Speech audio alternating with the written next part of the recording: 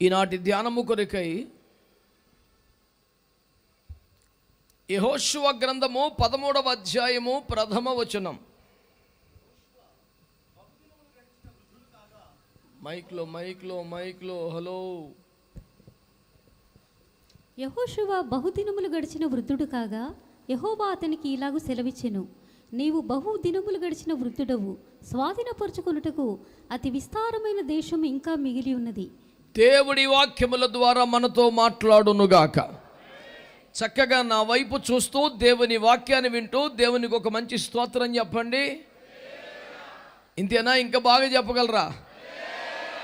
హల్లెలూయా.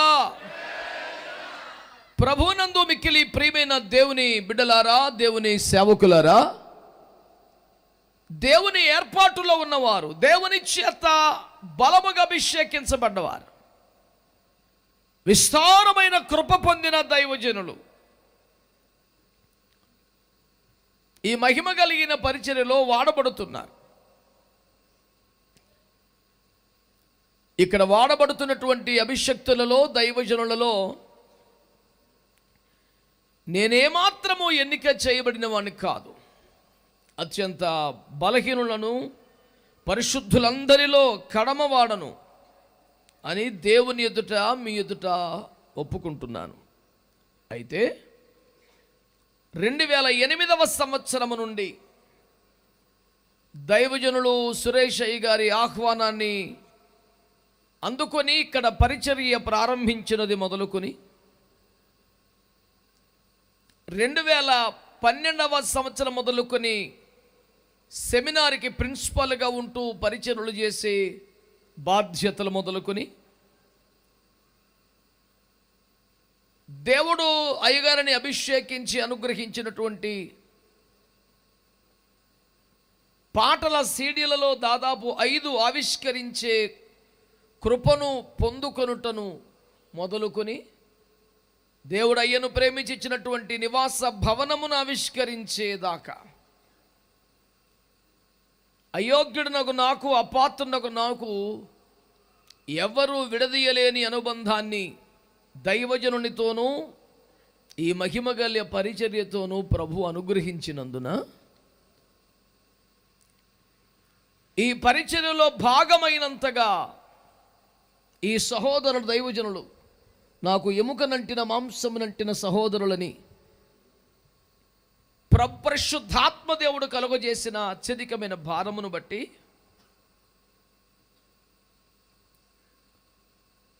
గత శనివారం ఈ పరిచర్యల కొరకు ప్రార్థనలు చేస్తూ ఉండగా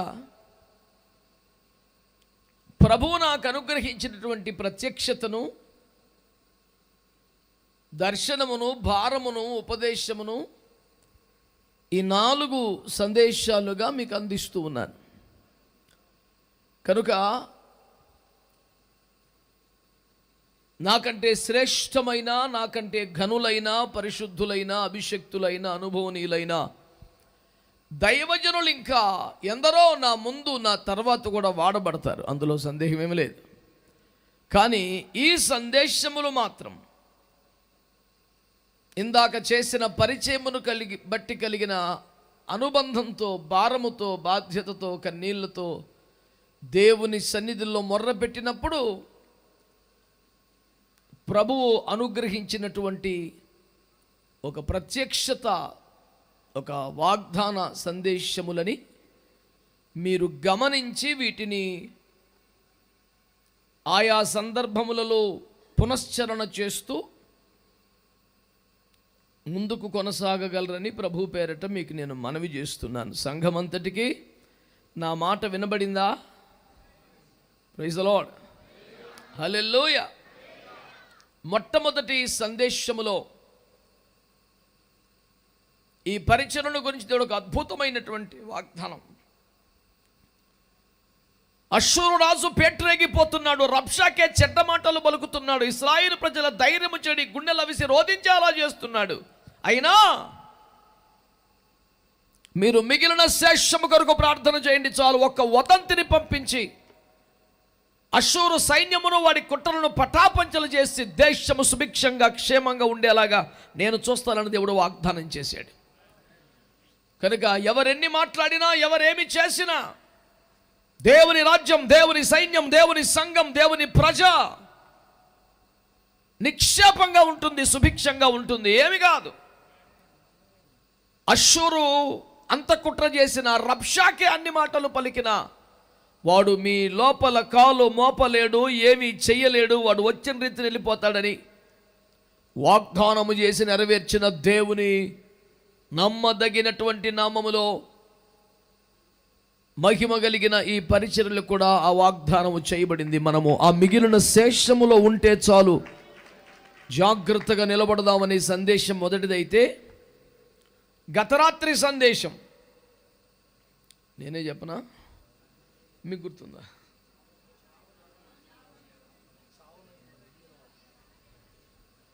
మిగిలిన శేషముగా ఉన్న మనలో మిగిలిన వాటిని బలపరుచుకుందాం. చాలా జాగ్రత్తగా సందేశాన్ని వినాలి.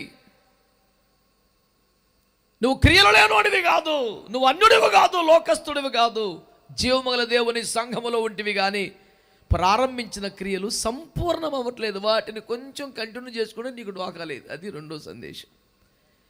ఇక మూడవ సందేశం టైటిల్స్ ప్రకారం చెప్పాలంటే, మిగిలిన వారి కొరకు భారంగా ప్రార్థన చేయండి. రెండో సందేశం, మిగిలిన వాటిని బలపరచుకోండి. మూడవ సందేశం, స్వాధీనపరచుకొనవలసిన దేశం ఇంకా మిగిలి ఉంది. గట్టిగా ఆమేన్ అంటారా? హల్లెలూయా.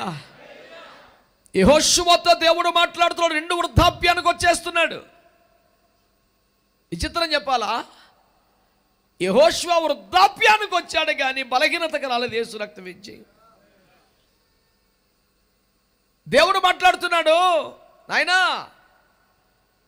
నువ్వు చాలా యుద్ధములు చేసి చాలా సాధించి మంచి వృద్ధాప్యానికి వస్తున్నావు, కానీ స్వాధీనపరుచుకొనవలసిన దేశము ఇంకా మిగిలి ఉంది.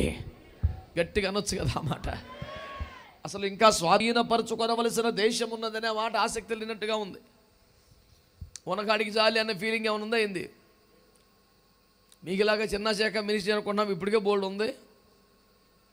కొత్తగా దున్నే ఎకరం మాకొద్దు, ఉన్న 3 ఎకరాలు కంచేసుకుంటే చాలన్న బాపతులు వేసి పెట్టారు.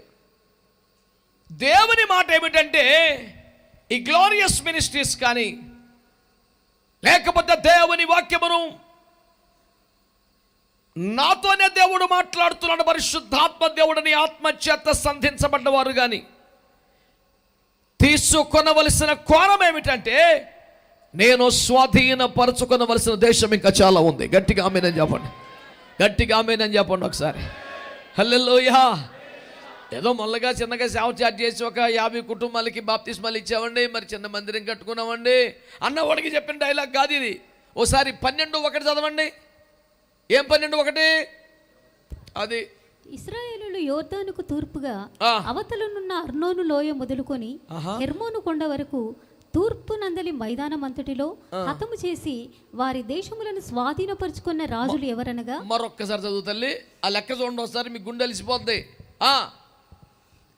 అమోరీయుల రాజైన సీహోను. తల్లి మరొక్కసారి చదవండి. అంటే ఇశ్రాయేలీయులు యోర్దానుకు తూర్పుగా అవతలనున్న అర్నోను లోయ మొదలుకొని హెర్మోను కొండ వరకు తూర్పు నందలి మైదానం అంతటిలో హతము చేసి వారి దేశములను స్వాధీనపరుచుకున్న రాజులు ఎవరనగా, ఇప్పుడు ఆ అధ్యాయం అంతటికి చివరి లైన్ చదివి పెట్టండి చాలు.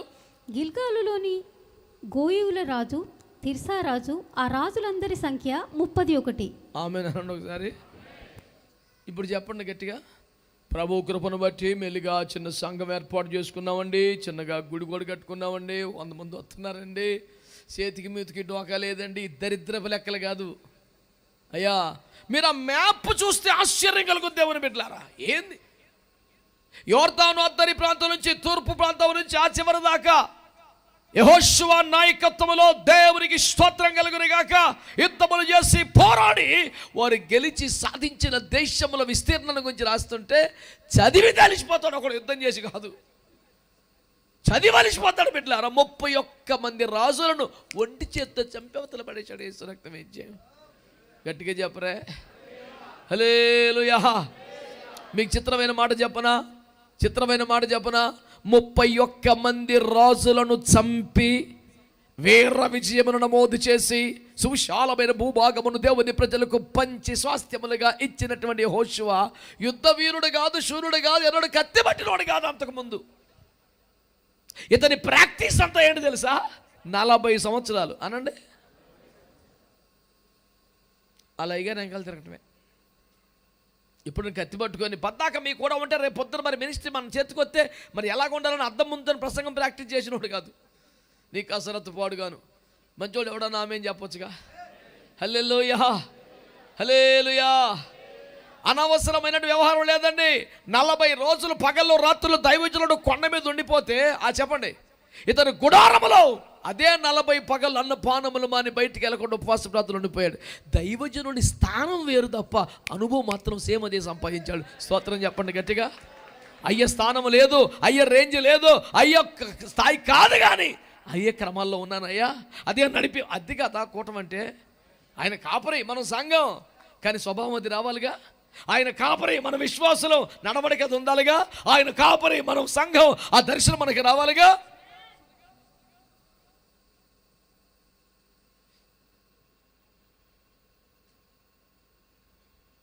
దేవుని కృపను బట్టి ఎలా జరుగుతాయి అనుకున్నాం, కానీ ఈ సంవత్సరం కూడా పసుకోవడం చాలా బాగా జరిగాయండి. ఈ సాక్ష్యం కాదురా నాయన. స్వాధీనపరచుకోవలసిన దేశం ఇంకా చాలా మిగిలి ఉంది. దేవునికి స్తోత్రం చెప్పండి గట్టిగా. గుడారపు త్రాళ్ళు వెడల్పు చేయవలసిన సమయం వచ్చింది, విశాలపరచవలసిన సమయం వచ్చింది. స్వాధీనపరచుకున్నట్టుకు ధైర్యముతో అడుగుల ముందుకు వేయవలసిన సమయం ఆసన్నమైంది. దేవునికి స్తోత్రం చెప్పండి. ఎవడో ఫిలిస్తీని బట్టి ఎవని మనసు కుంగ నిమిత్తం లేదు. రబ్షాకే మాటలను బట్టి కుంగిపోవలసిన పని లేదు. అశ్షూరు సైన్యమునకు చదవలసిన పని లేదు. మనము స్వాధీనపరచుకున్నట్టుకు ఇంకా చాలా దేశము మిగిలి ఉందని దేవుడు మాట్లాడుతున్నాడు. ధైర్యంతో ఉత్సాహంతో యేసయ్యకి స్తోత్రం చెప్తా. చప్పట్లు కొట్టండి ఒకసారి. స్తుతులు చెల్లిస్తూ కొట్టాలి చప్పట్లో గట్టిగా. Come on God's people, praise the lord, amen. స్వాధీనపరచుకున్నటికి ఇంకా చాలా దేశము మిగిలి ఉన్న దేశం. ఒకటా రెండా నాయనా? 31 మంది రాజులను చంపి ఒకడు తన జీవిత కాలములో నడిస్తే పూర్తవనంత విస్తారమైన భాగాన్ని స్వాధీనం చేసుకున్న తర్వాత ప్రభు చెబుతున్న మాట, నాన్న ఇంకా చాలా ఉందిరా, ఆయన ఇంకా చాలా ఉందిరా. ఇది యెహోషువ పట్ల నిజం, ఇశ్రాయేలు పట్ల నిజం. అయితే అయితే అయితే మన ఎదుట కూడా నిజం, మనకు కూడా నిజం, మనకు కూడా జరగబోతున్న ఒక అద్భుత వాస్తవం. గట్టిగా దేవునికి స్తోత్రం చెల్లించండి. అయితే ఇప్పుడు వస్తున్న ప్రశ్న ఏమిటంటే, దేవుని బిడ్డలారా, నిజంగా మనం చేయగలమా? మనకు సాధ్యమైద్దా? మన వల్ల ఇద్దా? మన వల్ల ఇద్దని ఎవడు అన్నాడు? మన పక్షంగా చేసే ఒక పెద్ద ఆయన ఉన్నాడు.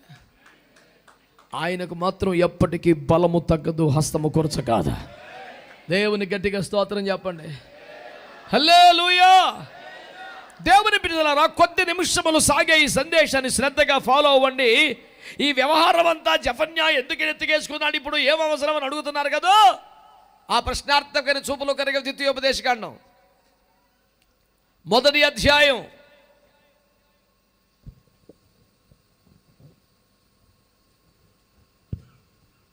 38వ వచనం. అతడు ఇశ్రాయేలీలు దాన్ని స్వాధీనపరచుకున్న చేయును గనుక అతని ధైర్యపరచుము. ఆగండి. అతడు ఇశ్రాయేలీలు దాని ఇశ్రాయేలు ప్రజల చేత ఆ ప్రాంతమును స్వాధీనపరచుకునేలా చేస్తాడు. అందుచేత నీవు అతనిని ధైర్యపరచు. మీ భక్తులలో ఒకరు కూడా ఆమెన్ చెప్పకపోవడం నాకు ఆశ్చర్యం కలిగించింది. తీర్పాటుగా చెప్పి ఎప్పుడొకప్పుడు పర్లేదులే, అందుకొని రావద్దు, టైం ప్రకారం ఏకీభవించే మనసు ఉండాలి, ఆత్మలో కలిసిపోవాలి. దేవునికి స్తోత్రం కలుగును గాక. దేవుని వాక్యం చెప్తా ఉంది, యెహోషువ గారి మినిస్ట్రీ ఆరంభంలో చేసినటువంటి స్టేట్మెంట్ ఇది. ఈ పిల్లోని నువ్వు బయలుపరచు, ధైర్యపరిస్తే ఇతడు మొత్తం స్వాధీనపరిచేస్తాడు. ఎవరిని ధైర్యపరచాలంటే, ఎవరైతే దేవుని ప్రజల చేత భూములను స్వాస్థ్యముగా స్వాధీనపరచుకొన చేయబోతున్నారో వారు ఏం చేయాలరా? చెప్పండి, వారిని ఏం చేయాలా? జాగ్రత్త, చాలా మినిస్టర్ ఉంది, చాలా బాధ్యత ఉంది, చాలా కీలక దశ ఉంది, చాలా మార్పులు జరగబోతున్నాయి, చాలా పరిస్థితులు రాబోతున్నాయి అని బెదరగొట్టమన్నాడా? ఏం పర్లేదు, నుంచో దేవుడు కార్యం చేస్తాడని ధైర్యపరచమన్నాడా? మీరు ఏం చెప్తులే జవాబు?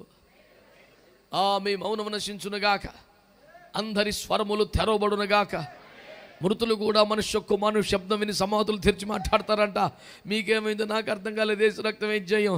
మంచి మంచి వాళ్ళందరూ స్తోత్రం చెప్పండి. హల్లెలూయా. విశ్వసించువాడు ధైర్యముగా దేవునికి స్తోత్రం చెప్పండి గట్టిగా. హల్లెలూయా. దేవుని చేత పిలువబడ్డ పిల్లలారా, దేవుని చేత ఏర్పరచబడ్డ సేవకులారా, దేవుని చేత రక్షింపబడి ఆత్మ చేత నింపబడి పరలోకపు స్వాస్థ్యము కొరకై సిద్ధపరచబడుతున్న సంగమా, దేవుని సేవకునిగా దేవుని మాటను బట్టి నేను మీకు తెలియపరిచేది ఏంటంటే, మిమ్మల్ని ఎందుకు ఎంకరేజ్ చేస్తున్నాను, మిమ్మల్ని ఎందుకు ధైర్యపరుస్తున్నాను, మిమ్మల్ని ఎందుకు ప్రోత్సహిస్తున్నానంటే స్వాధీనపరుచుకొని పోయేది మీరే గనక.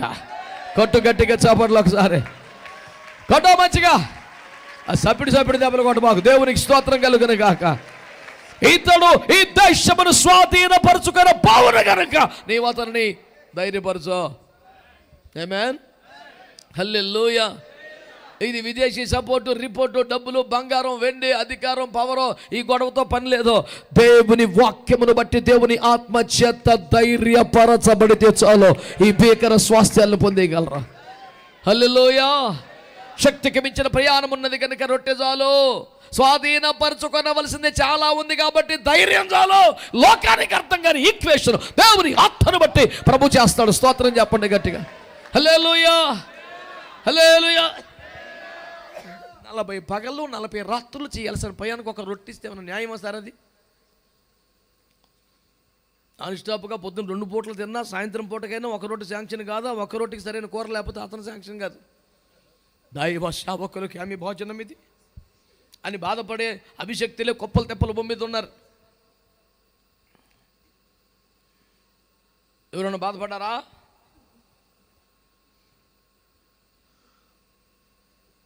ఎవరైనా బాధపడ్డారంటే అర్థం వారికి బోధపడలేదని. ప్రభు నామకు స్తోత్రం కలుగును గాక. అందరు చెప్పండి యేసయ్యకి స్తోత్రం. దేవుని వాక్యాన్ని ఉన్నది ఉన్నట్లుగా నేనైతే నమ్ముతున్నాను. అది ఆ కాలము కాదు, ఏ కాలానికైనా వర్తించే వాక్యమని నమ్ముతున్నాను. అలాగే నోటితో వాక్యాన్ని ఒప్పుకుంటున్నాను. ఆ వాక్యము తప్పక కార్య సాధకమైనదేనని నేను నమ్ముతున్నాను.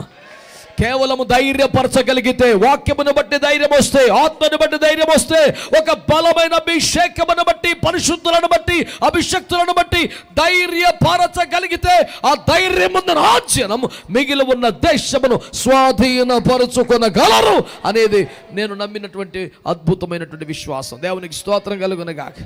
చెప్పారు అందరూ హల్లెలూయా. హల్లెలూయా. యెహోషువ గారు మిమ్మల్ని ధైర్యపరిచారంట కదా. మిమ్మల్ని ధైర్యపరిస్తే మీరు ఇదంతా చేశారంట కదా. మీరు ఎలా చేశారండి, మీరు ఎలా సాధించారండి, ఆ వివరాలు మాకు చెప్తే మేము కూడా ఆ పని మీద ఉంటామండి అని అడుగుతాం కదా. ఆయన మాట విందాం, ఏం చెప్పాడు చూద్దాం. యెహోషువ గ్రంథం 73వ అధ్యాయం. ఎందుకు నవ్వారు? మీరు మెలకువగలిగిన వారు కనుక. Praise the lord. చాలా సంతోషం. ప్రియులారా, చురుగ్గా ఉండండి. యెహోషువ గ్రంథం 23వ అధ్యాయం. భక్తులు కొందరు ఉంటారు సార్, ఏమి బైబిల్ చదవరు ఇంటి దగ్గర.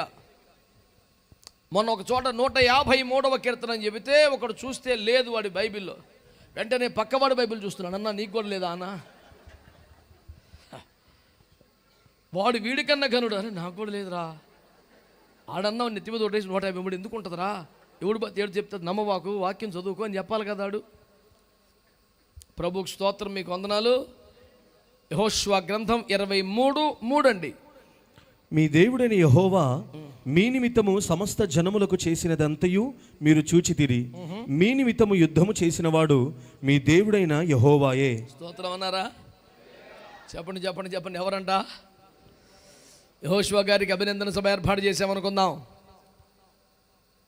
ఏమండి? వీర విజయాల చిరునామా యెహోషువ. గొప్ప దైవజనుడు, రాజాతి రాజ మార్తాండ. ఇట్లాంటి పాపిష్టి బిరుదులు పెట్టి, టైటిల్లు పెట్టి అడవుడు చేస్తారు. స్టేజీల మీద దైవ సేవకులు కొంతమంది పూలు జల్లి వాటి మీద నడిపించడం, సన్మానాలు, సత్కారాలు, స్తుతి ఆరాధనలో దేవుని కంటే వీళ్ళకి ఎక్కువ చేయటం, ఇలాంటి లౌకిక విధానములు సంఘములో చెల్లుబాటు కావని వాటిని ఖండిస్తూ విషయానికి వస్తున్నాను. మీలో నాతో ఏకీపించిన ఎవరు లేకపోవటం విచారకరం. ఆహా, అబే ఖై వై, దేవునికి స్తోత్రం, హల్లెలూయా.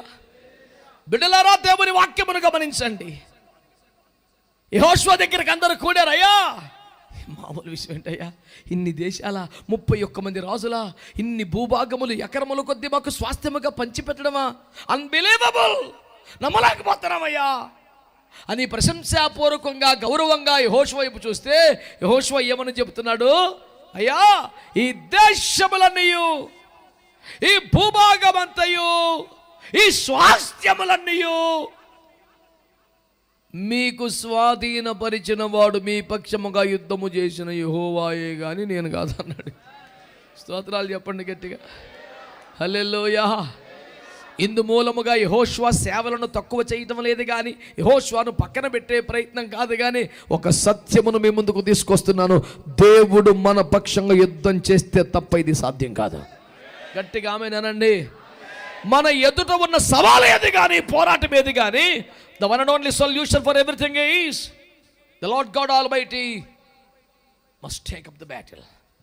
లేకపోతే వర్కౌట్ అవ్వదు. నువ్వెన్ని చెయ్యి. నేను ఇందాక చెప్పాను, యెహోషువ ఇన్ని భీకర యుద్ధములు ఎలా చేశాడు అంటే కత్తితో సాధన చేసి కాదు, యుద్ధాభ్యాసము నుండి కాదు, వేరొక సైన్యములో చేరి కొంచెం నేర్చుకొని కాదు. అతను నేర్చుకున్నదల్లా,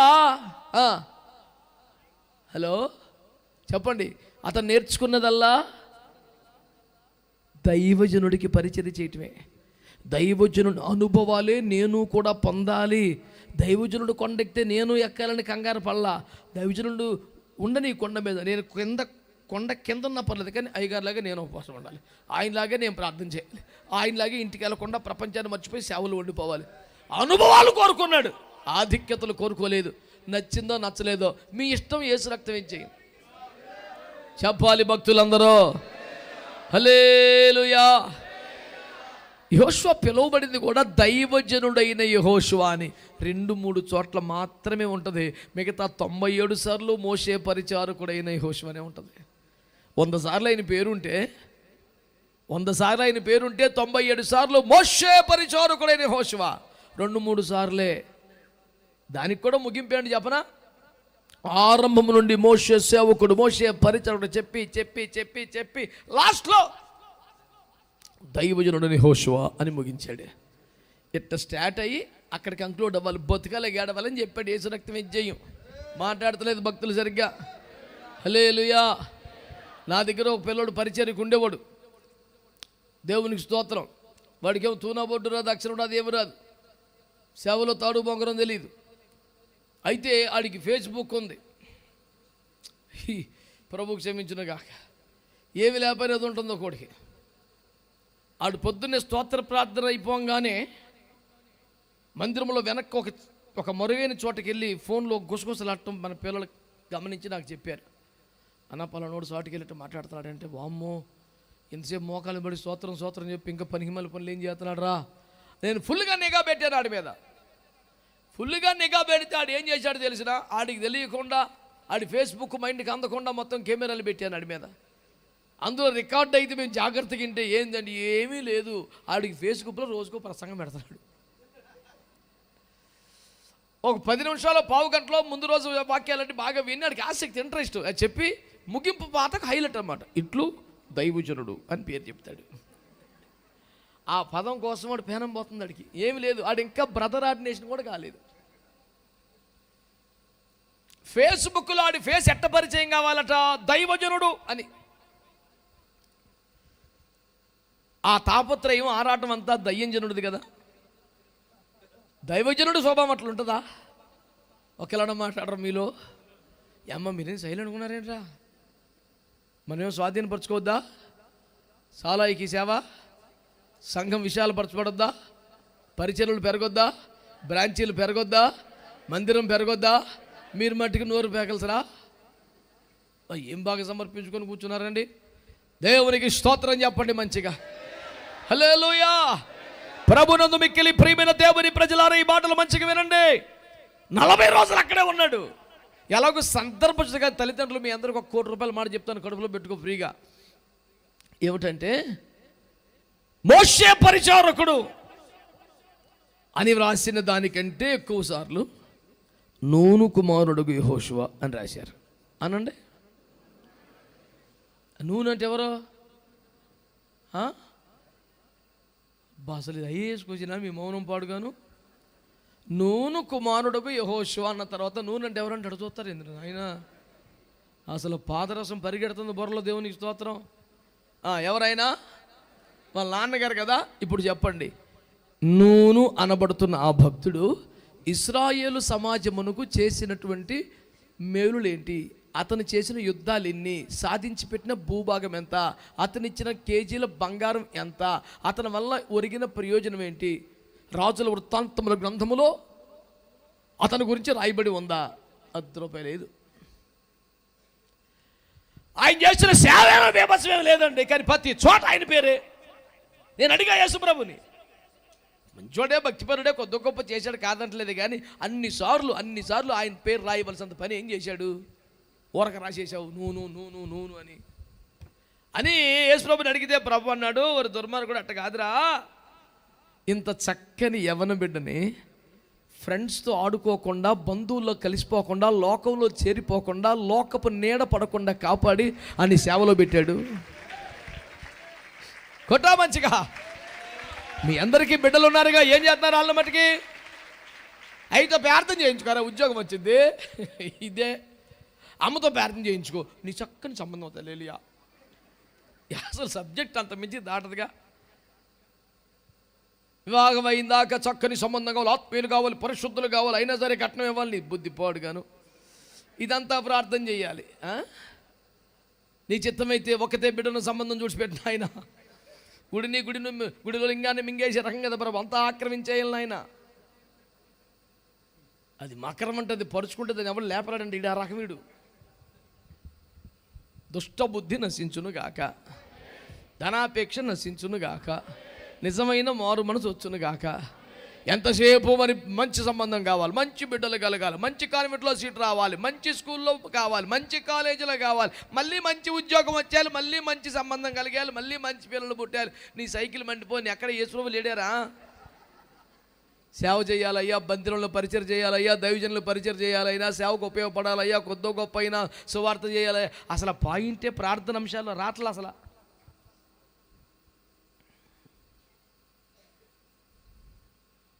నూనె అట్ట అంటాడు కాదు. రేయ్ చుట్టాలు ఏందిరా, చుట్టాలు సేవకెలా ఎవడు, ఫ్రెండ్స్ ఎవడురా, ఎలా దేవుని సేవకి వెళ్ళపా అన్ని ఇటు బెసకనే వాళ్ళ. స్తోత్రం చెప్పండి. మీ అయ్యగారు లేడుగా, కొండ ఎక్కాడుగా, నువ్వేం చేస్తావాడా రా, నాలుగు ఏం తిన్నావు, ఎండు బిర్యానీ చేసి పెడతాను రా కొడుక. అసలు ఆ గొడవ లేదు. నువ్వు అక్కడే ఉండాలి కొడుక, నువ్వు సేవలో ఉండాలిరా, నువ్వు పరిచయం చేయాలిరా, నువ్వు అయ్యతో ఉండాలిరా, నువ్వు అయ్య దగ్గర ఉండాలిరా, నువ్వు మందిరంలో ఉండాలిరా, నువ్వు పరిచర్లు ఉండాలిరా. తమ కొడుకును ఒక మహిమ కలిగిన సేవలో, ఒక మహిమ గల దైవజనుడికి అప్పగించి రాబో సేవ కొరకు సిద్ధపరిచారు చూడు. ఆ ఒక్క కాస్ట్లీ పాయింట్ మీద యెహోషువ పేరు రాస్తే బాబు గారి పేరు రాయవలసిందే. స్తోత్రం చెప్పరే గట్టిగా, హల్లెలూయా చెప్పరే. మరి యెహోషువ సేవలు ఎట్లా చేశాడో,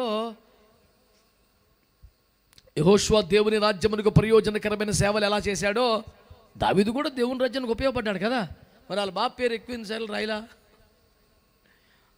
2 సార్లు 3 సార్లు మర్యాద కోసం ఆయనే బలికాడు తప్ప మా నాన్నగారు అని ఎందుకు రాయలేదు ఆయన పేరు?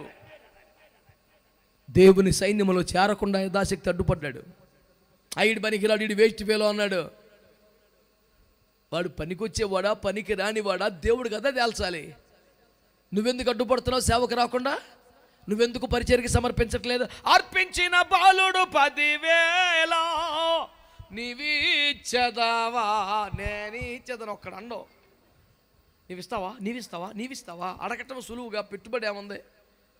మీ బిడ్డల్ని దేవుని సేవకి ఇవ్వండి, పరిచర్యకి అప్పగించండి, అభిషక్తుల చేతిలో పెట్టండి, ప్రతిష్ఠితుల చేతిలో పెట్టండి, మహిమ గల సేవ కొరకు వారిని సిద్ధపరచండి. బంధువుల కన్నా, మిత్రుల కన్నా, లోకం కన్నా, స్నేహం కన్నా దేవుని సేవ విలువైంది నాయనా. ఈ లోకంలో కొంపలు కట్టుకోవటం, దేవుని రాజ్యం కట్టుకోవటం మేలురా. చుట్టాలతో కొట్టుకోవటం కాదు, అపవాది సేవలను ఓడించి దేవుని రాజ్యం కట్టాలరా. పనికొచ్చే మాటలు పిల్లలకి చెప్పండి. తల్లిదండ్రులు ఆమెను అంటలేదు అసలు. ఏం పని మీద వచ్చారు మరి? ప్రభుకి స్తోత్రం చెప్పండి. ఇంతేనా? బాగా కలిసిపోయారు 4వ రోజుకే. అయ్యా ఇంకా పావు అయింది, ఇంకా 30 ఉంది కోటం. అలసిపోయిన ఫేస్ పెట్టారు అప్పుడే. హల్లెలూయా. సొక్కాల మట్టికి తెల్లగా ఉన్నాయి తప్ప ఫేస్ మరి ఆ విధంగా. హల్లెలూయా. మంచి వాళ్ళందరూ స్తోత్రం చెప్పండి. ఒక గొప్ప ధైర్యమును ప్రభు మనకి ఇస్తున్నారు. మనం స్వాధీనపరచుకోవలసిన దేశం ఇంకా మిగిలి ఉంది. ఆమేన్. హల్లెలూయా. అది స్వాధీనపరచుకోవాలంటే ఫండ్స్ కావాలా, విదేశీ సపోర్ట్ కావాలా, ప్రభుత్వ పెద్దల అండ కావాలా, ఆర్థిక బలము కావాలా? కాదు. దేవుని ఆత్మ ద్వారా, దేవుని వాక్యము ద్వారా దైవ సేవకులు ధైర్యపరిస్తే చాలు ఈ కార్యం సాధించగలం. ఇతడు స్వాధీనపరచుకున్న జయును కనుక నీవు అతన్ని ధైర్యపరచు. దేవునికి స్తోత్రం చెప్పండి మంచిగా. హల్లెలూయా. ధైర్యపరిచాం కదా, నీ బలము మందే, శక్తి మంది అనుకునేవు. మీ దేవుడైన యెహోవా యుద్ధము చేసినందున ఈ స్వాస్థ్యం మీకు లభించింది. అంటే మన ఎదుట ఉన్న స్వాస్థ్యముగా పొందుటకు మిగిలి ఉన్న దేశమంతయో దేవుని వలన మనము స్వాధీనపరుచుకున్నట్టుకు ఏకైక ఫార్ములా ఏంటంటే దేవుడు మన పక్షంగా యుద్ధం చేయాలి. అందరం గట్టిగా, దేవుడు మన పక్షంగా. అందరూ దేవుడు మన పక్షంగా ఏం చేయాలి?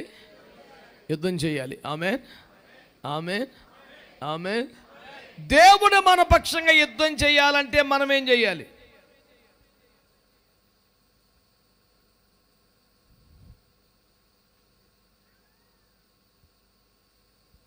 మీరు అటు చూడబాకండి.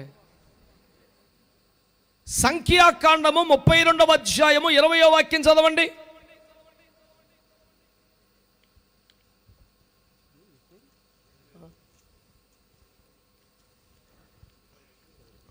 లేదా బైబిల్లో?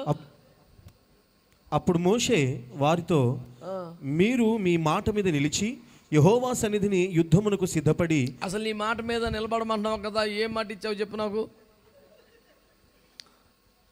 శ్రావ్యమైన స్వరముతో చదవటం కాదు, నాకు ఆన్సర్ చెప్పు పెద్ద మనిషి. దేవునికి స్తోత్రం చెప్పండి. మీరు మీ మాట మీద నిలిచి యెహోవా సన్నిధిని యుద్ధమునకు సిద్ధపడి. ఎక్కడ యుద్ధం అంట? మాట్లాడతలా మీరు? యుద్ధం ఎక్కడ చెప్పండి? యుద్ధం చేయమన్నాడని, స్వాధీనం పరుచుకోమన్నాడని తెలిసిన వాక్యాలు చదువుకొని, ప్లకార్డులు రాసుకొని, బ్యానర్లు చేసుకొని, రిబ్బన్ కట్టుకొని రోడ్డు ఎక్కాడు పాస్టర్ గారు. అయ్యా విన్నావా? యుద్ధం చేసేది ఎక్కడ నానా? మాట్లాడతలా మీరు? అమ్మా మనం యుద్ధం ఎక్కడ తల్లి? మనం రోడ్డు ఎక్కే బ్యాచ్ కాదు, రిబ్బన్ కట్టుకునే బ్యాచ్ కాదు, వరి సెంటర్లో కూర్చునే కూటం కాదు మందే. దేవుడు ఆ ఏరియాలో కొంతని వాడుకుంటున్నాడు, వాడుకొని వాళ్ళ కోసం ప్రార్థన చేద్దాం. మన డిపార్ట్మెంట్ అది కాదు, యేసు రక్తం ఇచ్చేయి. స్తోత్రం చెప్పారా? వాక్యములు ఏమి రాయబడి చూడండి. యెహోవా సన్నిధిని యుద్ధమునకు సిద్ధపడి, యెహోవా తన ఎదుట నుండి తన శత్రువులను వెళ్ళగొట్టు వరకు యెహోవా సన్నిధిని మీరందరూ యుద్ధ సన్నద్ధులై యోర్దాను అవతలికి వెళ్ళిన ఎడల. స్తోత్రం చెప్పండి గట్టిగా. వీళ్ళ మూమెంట్ చూస్తేనండి, కత్తులు కటార్లు వేసుకొని, సర్వాంగ కవచం వేసుకొని, ఆయుధాలు వేసుకొని టకా టకా టకా వెళ్ళిపోతుంటే చూసేవాడికి వీళ్ళు మామూలు కాదు, ఒక్కొక్కడు ఒక్కొక్క దావీదు గొలియాతుని చంపారు రాకో. ఈ రోజున ఒక్కొక్కడి కత్తి వాత 3000 మందిని అవలేలుగా నేల కూల్చదరు అనుకుంటుంటే వీళ్ళు ఏమి లేదంటే ఇల్లు నుంచుంటామనంట. మాట పట్టుకో. యెహోవా తన ఎదుట నుండి తన శత్రువులను వెళ్ళగొట్టు వరకు యెహోవా సన్నిధిని మీరంతా యుద్ధ సన్నద్ధులు నిలబడితే చాలు. యుద్ధం చేసేది ఎవరో? అనండి. యుద్ధము యెహోవాదే, అందుకే రెస్ట్ తీసుకుంటాను. అవ్వదు, అది సిక్కి ఇక్కడ. ఇప్పుడు యుద్ధం చేసేది ఎవరు? మనం చేయాలా? ఎవరు చేయాలి? కాబట్టి మనం ఏం చేయాలి? అది కూటం. 12 రోజులు ఊరకబెట్టారు పెద్దోళ్ళు కోటాలు. స్తోత్రం చెప్పండి, చెప్పండి గట్టిగా. యుద్ధము చేసేది మనము కాదు నాయన, మన పక్షంగా ఎవరు చేస్తారు? కానీ ఏం చేయాలంట? యెహోవా తన ఎదుట నుండి తన శత్రులను వెళ్ళగొట్టే వరకు మీరందరూ యుద్ధ సన్నద్ధులై యెహోవా సన్నిధిలో నిలబడాలంట. అంటే నిజానికి యుద్ధం చేస్తున్నట్టే కత్తులు వేసుకొని, కటార్లు వేసుకొని, డాలు వేసుకొని, బల్లి వేసుకొని నిలబడి అంటే ఈ ప్రోగ్రామ్ అంతా. కానీ నిజానికి యుద్ధం చేసేది ఎవరు? చెప్పండి గట్టిగా. ప్రభా యుద్ధం నువ్వే చేస్తావు కదా ప్రభా, ఆ పాటి దానికి మేము ఎందుకు నాయనా ఇంటి దగ్గర మటన్ కొనుక్కొని, బిర్యానీ చేసుకొని, టీవీ పెట్టుకొని చూసుకుంటాం, మధ్య మధ్యలో సోత్రం సోత్రం అంటాం ప్రభా. ఇల్లు వదిలేయాలంట. ఆమె నవ్వే వాకిలు వదిలేయాలా, బంధుత్వాలు వదిలేయాలా, సరదాలు వదిలేయాలా, ఆయుధాలు కట్టుకోవాలా, అందరూ మందిరానికి వచ్చేయాలంట. దేవునికి స్తోత్రం చెప్పండి. మీరందరూ యెహోవా సన్నిధిని, యెహోవా తన ఎదుట నుండి తన శత్రువును వెళ్ళగొట్టు వరకు యుద్ధ సన్నద్ధులై బయలుదేరాలండి. ఇలా మార్చి ఫాస్ట్ చూస్తే, ఇలా ఆయుధ సామాగ్రి చూస్తే వామ్మో అనిపిస్తుంది. కానీ ఎవ్వడు ఒక్క బుల్లెట్ కూడా వాడకుండా, ఒక్క బాణం కూడా వేయకుండా, కనీసం చెమట పట్టకుండా యుద్ధం అయిపోయింది యేసు రక్తం వేయించి. ఒకడికి తెలివితేటలు ఎక్కువ ఉంటాయండి, విధేయతేమో తక్కువ, తెలివేమో ఎక్కువ. దాన్ని నువ్వు కొంచెం చమత్కారంగా, కొంచెం ఘాటుగా చెప్తుంటావు కదా. విధేయత తక్కువ ఉండి తెలివితేటలు ఎక్కువ ఉండేవానికి, చిన్నపిల్లలు కూడా అర్థమయ్యేలాగా, పల్లెటూరులో కూడా అర్థమయ్యేలాగా చిన్న డైలాగ్ ఏదని చెప్పని అడిగారు నన్ను. దాని పెద్ద పెట్టుబడి ఏముందిరా, గుండెకాయ చెంది చేతి కట్టి ఎక్కువ అని చెప్పాను. అమ్మాబాయ్ అట్టట కుదరదు అన్నాడు. మీరు ఎప్పుడన్నా కనీసం పెద్ద పెద్ద జీవరాశులు అంటే మనకు తెలియదు, కోడిని కోసారా జీవితంలో? చూసారా ఎప్పుడైనా? కోడి గుండెకాయ ఉండిద్దా? అమ్మో ఉండదా? చేతి కట్టు ఏది పెద్దగా ఉంటుంది?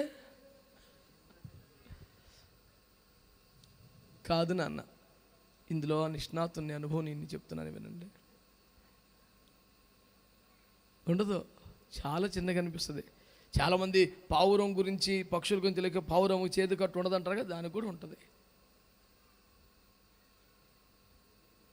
మీకు తెలియదుగా. ఇప్పుడు వద్దులే, ఇప్పుడు మీరు ఇంటికి వెళ్ళి పావురాలు కొనుక్కొచ్చి కోసేదాకా మీరు మనశాంతి ఉండలేకుండా వెళ్ళిపోయింది. అది చాలా సున్నితమైంది, ప్రమాదకరమైంది, చితకకూడదు, కతపకూడదు, అది చాలా పరిమితంగా ఉంటుంది. కానీ అది ఏమైనా యేసు రక్తమే జయం. కొంచెం లీక్ అయిందో సర్వనాశనం మొత్తం తీసుకెళ్ళి అవతల పారేయటమే. ఎందుకు చెప్తున్నానంటే దేవుని బిడ్డలారా, నేటి క్రైస్తవులకి హృదయం ఏమో సంకుచితం అయిపోతుంది, తెలివితేటలు విపరీతంగా పెరిగిపోతున్నాయి. ఆడికి భూమి మీద అన్ని రకాల ఇన్ఫర్మేషన్ ఆడి దగ్గర ఉంటుంది. పెద్ద పెద్ద వాళ్ళతో టచ్లో ఉంటాడు, కాకపోతే దేవుడే ఆడితో మాట్లాడడం. భూమి మీద అందరు టచ్లో ఉంటారు ఆడికి. అవసరమైతే ఎమ్మెల్యే గారితో ఫోన్లో మాట్లాడగలడు. యేసులో మట్టిగాడు పొరపాటు కూడా ఆడితో మాట్లాడడం. ఎందుకు రా లైఫ్? శ్రద్ధగా నా మాటలు వినే ప్రయత్నం చేయండి, జాగ్రత్తగా వినండి. ఏం చేయాలంటే మనందరం యుద్ధ సన్నద్ధులమై యెహోవా సన్నిధిని ఉంటే అప్పుడే యుద్ధం చేస్తాడంట. స్తోత్రం చెప్పండి. హల్లెలూయా. మనమందరం ఇంటి దగ్గర ఉంటూ, మన పని పాటలు చేసుకుంటూ, మన సంతోషాల్లో ఉంటూ, మన సరదాల్లో ఉంటూ ప్రభు స్వాధీనపరచుకోవలసిన దేశం చాలా ఉండిపోయింది నాయన. ఏదో విధంగా నువ్వే పంపించు నాయన. మీరందరూ మీరే యుద్ధము చేస్తున్నట్లుగా యుద్ధ సన్నద్ధులై దేవుని మందిరానికి వెళ్ళిపోవాలంట. దేవునికి స్తోత్రం కలుగునుగాక. యెహోవా సన్నిధిని శత్రువు ఓడింపబడే వరకు, స్వాస్థ్యం మనకు అనుగ్రహించబడే వరకు యుద్ధ సన్నిధి నుండి బయటికి రాము, వెనక్కి రావనే తీర్మానం కలిగి మందిరానికి మనందరం వచ్చేయాలి. దేవునికి స్తోత్రం చెప్పండి గట్టిగా. చెప్పండి, ఆ దేశము మనకు స్వాధీనం అవ్వాలంటే చెప్పండి, యెహోవా మన పక్షంగా యుద్ధం చేయాలి. అందరూ చెప్పండి అన్నమాట, యెహోవా మన పక్షంగా. యెహోవా మన పక్షంగా యుద్ధం చేయాలంటే మనం ముందర ఆయన సన్నిధికి వెళ్ళాలి, యుద్ధ సన్నద్ధులమే నిలబడాలి. అప్పుడే దేవుడు మన పక్షంగా యుద్ధం చేస్తాడు అని దేవుని వాక్యములో వ్రాయబడి ఉంది. దేవునికి స్తోత్రం చెప్పండి గట్టిగా. ఆమేన్. హల్లెలూయా, హల్లెలూయా. ఇప్పుడు యెహోవా మన పక్షంగా యుద్ధం చేయాలంటే తలకు 1000 రూపాయలు కట్టాలా? దేన్ని బట్టి ఆయన మన పక్షం యుద్ధం చేస్తాడు? దేన్ని బట్టి మన పక్షం యుద్ధం చేస్తాడు? 2-3 విషయాలు బైబిల్లో మనం చదువుదాం. ద్వితీయోపదేశకాండం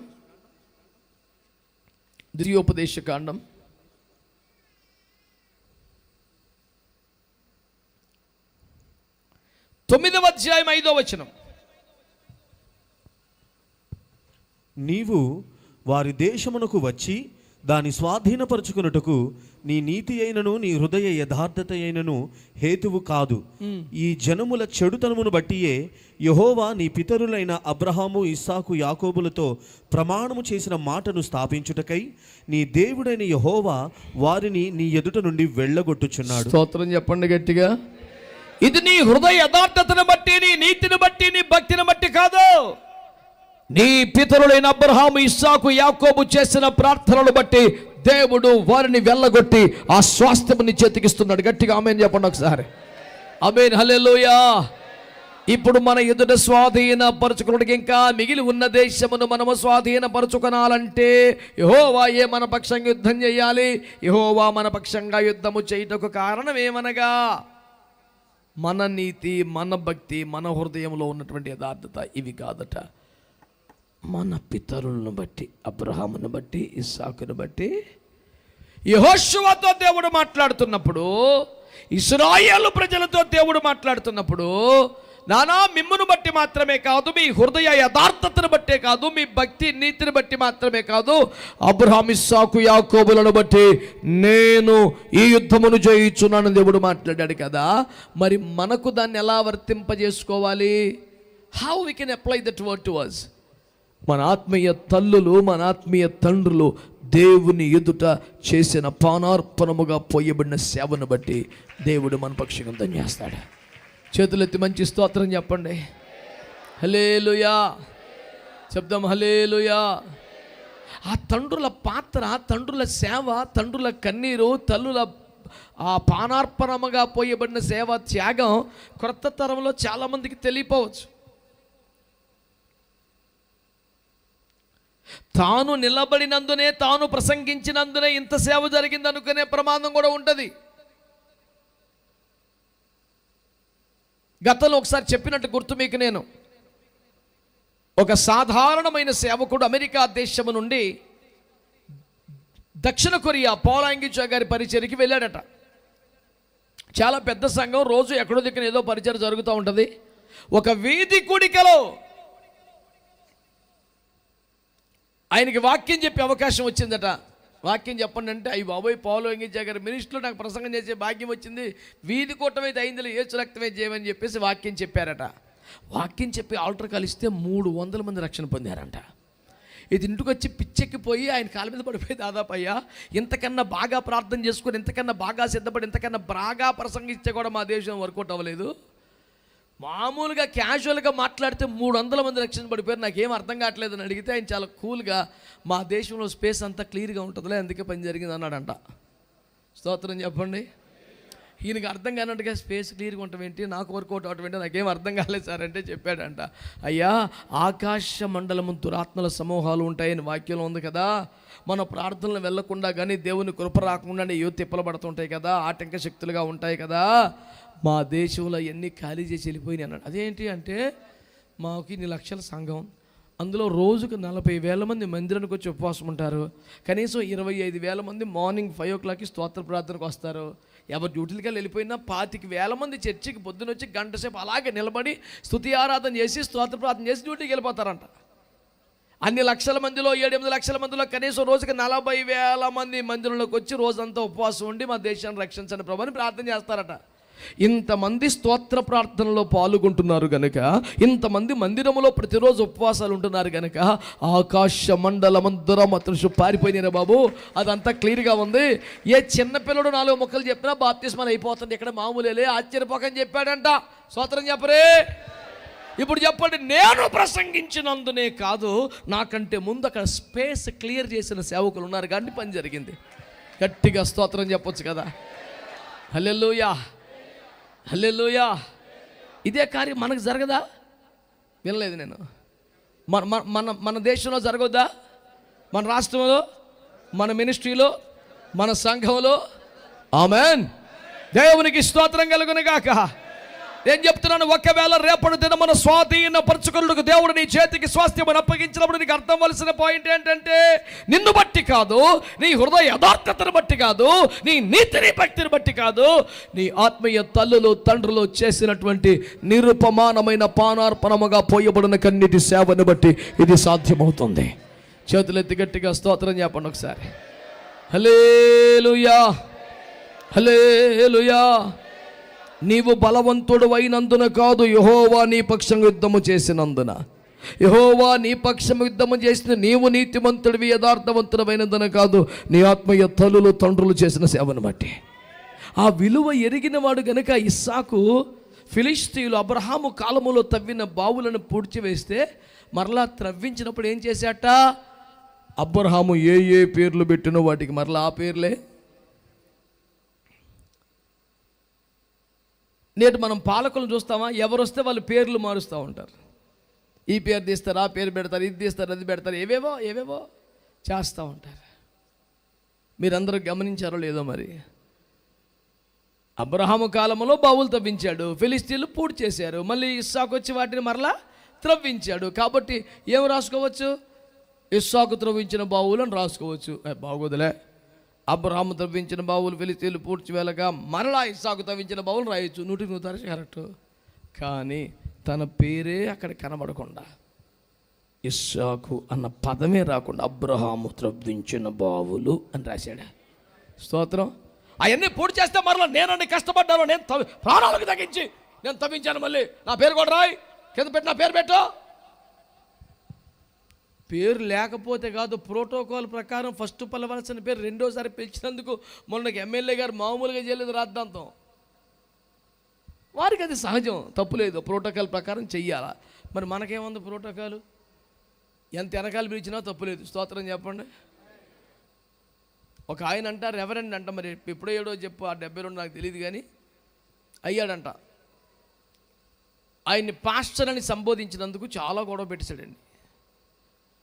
నన్ను రెవరెండ్ అని పిలవాలి కదా, నీకు ఆ మాత్రం మర్యాద తెలియదా, సంస్కారం లేదా, స్టేజీలు పెట్టుకొని మీటింగ్లు పెట్టుకోవటం కాదు, ముందు మర్యాద నేర్చుకో అని మైకులోనే కలబడిపోయాడు మీద. ప్రభు కృపలో దేవుడు ఆ కన్వీనర్ పక్షంగా ఉండి ఈ దుర్మార్గుడు తర్వాత వాక్యం చెప్పే అవకాశం నాకు ఇచ్చాడు. దేవుడు దీనుల పక్షంగా ఉంటాడుగా. ఇక యేసు రక్తం ఏం చేయం. ఇక మీరు ఊహించుకోండి కూటమి ఎట్లా ఉంటుందో. ఎవరికి వచ్చిన శిక్షలు అడుగొట్టుకోండి. ఇక దేవునికి స్తోత్రం. స్కోర్ బోర్డు నీ చేతిలో పెట్టారు, రాసుకోను. తప్పు కదండి, అట్లా చేయొచ్చా? వాడు ఇతను రహస్యంగా తప్పు పొరపాటు చేస్తుంటే అతను ఏకాంతంలో క్లాస్ ఇచ్చి ఉండేవాడిని. నడి రోడ్డు మీద అన్ని వేల మంది జనంలో విశాఖపట్నం బాజీ జంక్షన్లో రోడ్డు మీద కూటమి పెడితే తిడతాడు మైకులో, నన్ను రెవరెండ్ అనలేదని. నేను కూడా ఆయన ఏం అనలేదులేండి, కాకపోతే రెవరెండ్ యేసుప్రభు అక్కడ ఇంకెవడు కాదని చెప్పాను. దానికి రెఫరెన్స్లు వాక్యంలో చూపించి మరి. దేవుడికి స్తోత్రం. హల్లెలూయా చెప్పారు అందరు గట్టిగా. హల్లెలూయా. ఎవరు కానీ మనం అందరం మనుషులమే, సాధారణ వ్యక్తులమే. దేవుడు ఒక్కడే పూజింపదగినవాడు, మహిమ ఆయనకే దక్కాలి. పిచ్చి పిచ్చి వేషాలు ఎత్తే ఎవరినైనా తీసేస్తాడు యేసు ప్రభు. రేయి పగలు నీ పద సేవే, తెలుసా పాట? మీకు అట్లాంటివి రావు. 9 లైన్లు 10 లైన్లు కొత్త కొత్త పాటలు బయలుదేరి మీకు గోల మండిపోయిన అయినే నేర్చుకుంటారు. ఏంటో అర్థమై సావదు. అది పల్లవి ఎప్పుడు ముగిస్తాడు, వాయిద్యవాడికి మెంటలో చేస్తుంది. ఎక్కడ ఆపాలరా? ముక్తాయింపు ఎక్కడే వాళ్ళు తెలుస్తలేదు, ఎప్పటికీ అవుతలేదు అది. గర్వమనచి గద్దెలు దిల్చి గనులనైనా మేపవ గడ్డి. ఒక రాజుగారిని గడ్డి మేపించాడు యేసుప్రభు అండి. వరస తప్పితే, లైన్ తప్పితే, పిచ్చేసాలు అయితే 5 నిమిషాలు పట్టదు సార్, తీసుకొచ్చి కింద పడేస్తాం. ప్రభుకు స్తోత్రం, మీకు వందనాలు. హల్లెలూయా. మేడ ఎక్కడానికి 100 మెట్లు ఉండాలి కానీ అక్కడి నుంచి పడిపోవటం ఉద్దేశం ఏముంది? బ్యాలెన్స్ తప్పితే, గాలి గట్టి గీరితే, కొంచెం అడావుడు జరిగితే, బీపీ పెరిగినా తగ్గినా నువ్వు పెద్దగా మెట్లతో పని లేకుండా కిందకు వచ్చే అవకాశాలు ఉంటాయి కదా. కనుక దేవుని కృపకు అప్పగించుకోవాలి. ఎవడు తాను ఎంచుకొన్న దగిన దానికంటే ఎక్కువ ఎంచుకొనకూడదు. మంచి వాళ్ళందరూ స్తోత్రం చెప్పండి. నిన్నేమనలేదు, ఎందుకు వేసిపోతున్నావు నువ్వు? నిన్ను అసలు ఏమన్నా అన్నానా? ఏయ్, దేవునికి స్తోత్రం. రహస్యమందున్నవాడా, లోపలికి రమ్ము. దేవునికి స్తోత్రం కలుగునగా. హల్లెలూయా. మంచి వాళ్ళందరూ స్తోత్రం చెప్పండి. నిన్న దేవుడు ఆయన ఆశీర్వదించాడు అంట, అందుకే నావుతులా మనిషి. దేవునికి స్తోత్రం చెప్పండి. చెప్పండి, మన పక్షం ఎవరు యుద్ధం చేయాలి? దేన్ని బట్టి చేస్తాడు? మన హృదయ నీతిని బట్టా, భక్తిని బట్టా, మన ఆత్మీయ తల్లులు తండ్రులు చేసిన ప్రార్థనలు బట్టి, వారి సేవను బట్టి. వాళ్ళని పక్కన పెట్టి వాళ్ళని కాదని అంతా మనమే వెళ్ళొద్దు. దేవుని స్తోత్రం. హల్లెలూయా.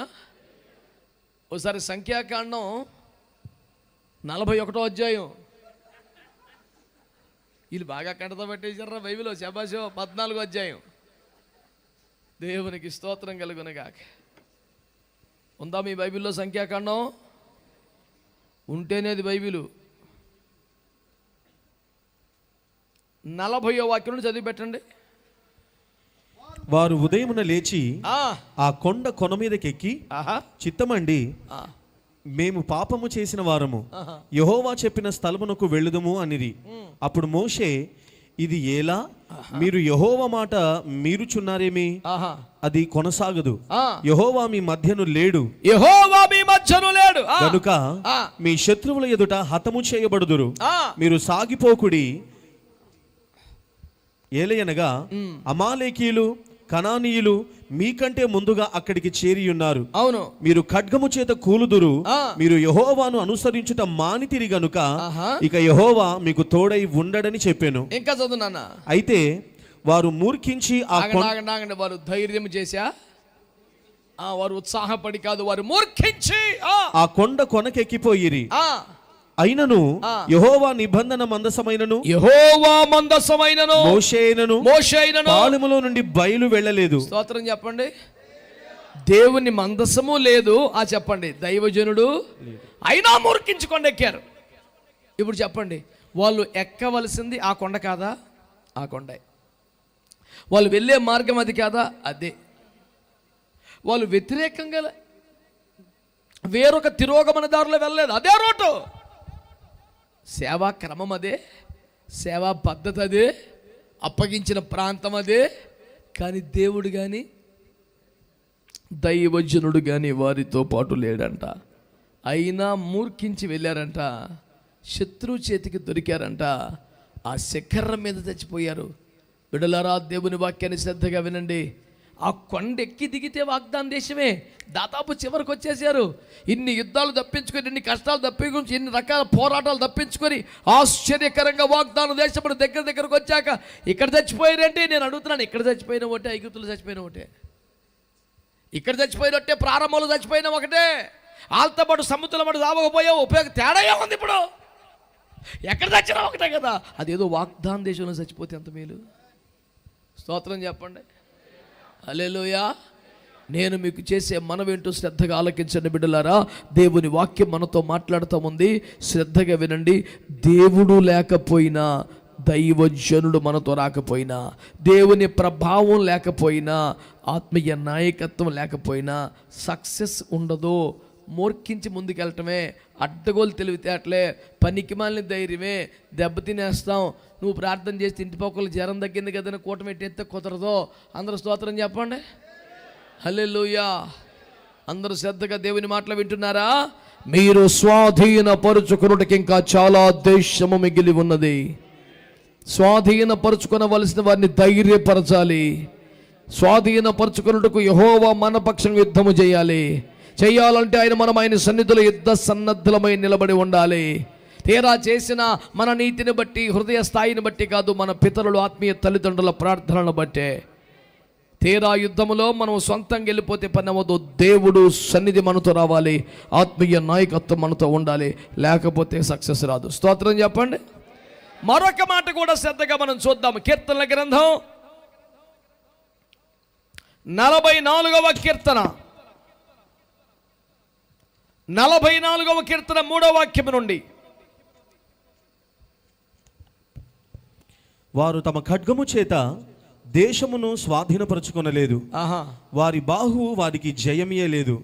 నీవు వారిని కటాక్షించితివి గనుక నీ దక్షిణ హస్తమే, నీ బాహువే, నీ ముఖ కాంతియే వారికి విజయము కలుగచేశాను. గట్టిగా దేవునికి స్తోత్రం చెల్లించండి ఒకసారి. అందరు చెప్పారా గట్టిగా? హల్లెలూయా. ఏమండి, దేవుని వాక్యములో తేటగా వ్రాయబడిన ఒక అద్భుతమైన మాటను జ్ఞాపకం చేసుకోండి. ప్రభు మనతో మాట్లాడుతున్నాడు. వారి బాహు బలము వారికి విజయం ఇవ్వలేదు.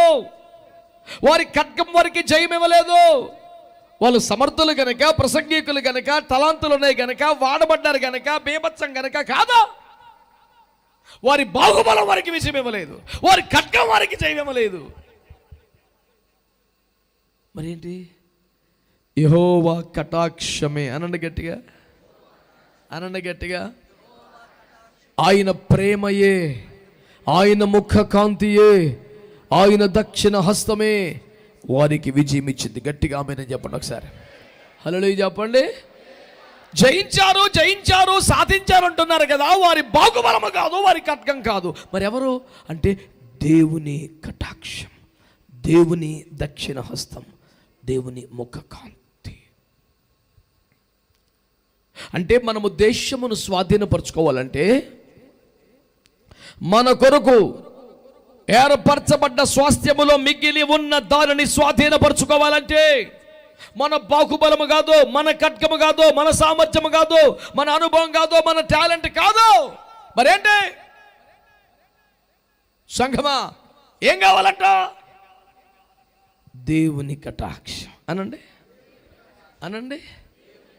ఆయన దక్షిణ హస్తం. 3, ఆయన ముఖ కాంతి. ఆయన బాహువన్న, ఆయన హస్తమన్న ఒకటే బిడ్డలారా. పరిశుద్ధాత్మకు సంబంధించిన ఒక బిరుదు పాత నిబంధనలో యెహోవా బాహువు అని ఎక్కడ రాసినది పరిశుద్ధాత్మకు సంబంధించిన మరొక బిరుదు అన్నమాట. అంటే అర్థం ఏమిటి దేవుని బిడ్డలారా? తేటగా దేవుని వాక్యం తెలియచేస్తుంది. ఆయన కటాక్షమే, ఆయన బాహువే, ఆయన ముఖ కాంతే ఈ విజయాన్ని మనకు అనుగ్రహించింది. దేవునికి స్తోత్రం కలుగునుగాక. నిజముగా స్వాస్థ్యమును స్వాధీనపరచుకోవాలని ఆశపడుతున్నావా? ఈ ప్రాంతములను దేవుని కొరకు సంపాదించాలని కోరుకుంటున్నావా? అయ్యా, మా ఇరుగు పొరుగు వారు, మా బంధుమిత్రులు, మా గ్రామం, మా ప్రాంతమంతా దేశయ్యా నీ సొంతమైపోవాలి, నీ బిడ్డలైపోవాలి.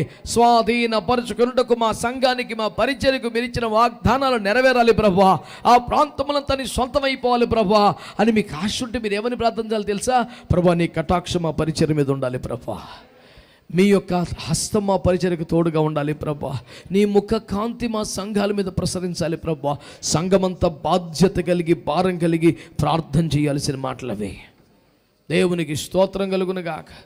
హల్లెలూయా. అందరి మాట చెప్పండి. ఆయన కటాక్షము వలనే అనండి.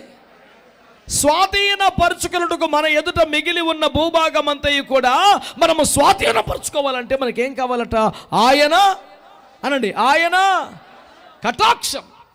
ఇప్పుడు చెప్పండి, ఆయన కటాక్షం రావాలంటే ఏం చేయాలి? మా చిన్నప్పుడు ఒక దైవజనుడు మా ఇంటికి వచ్చేవాడు.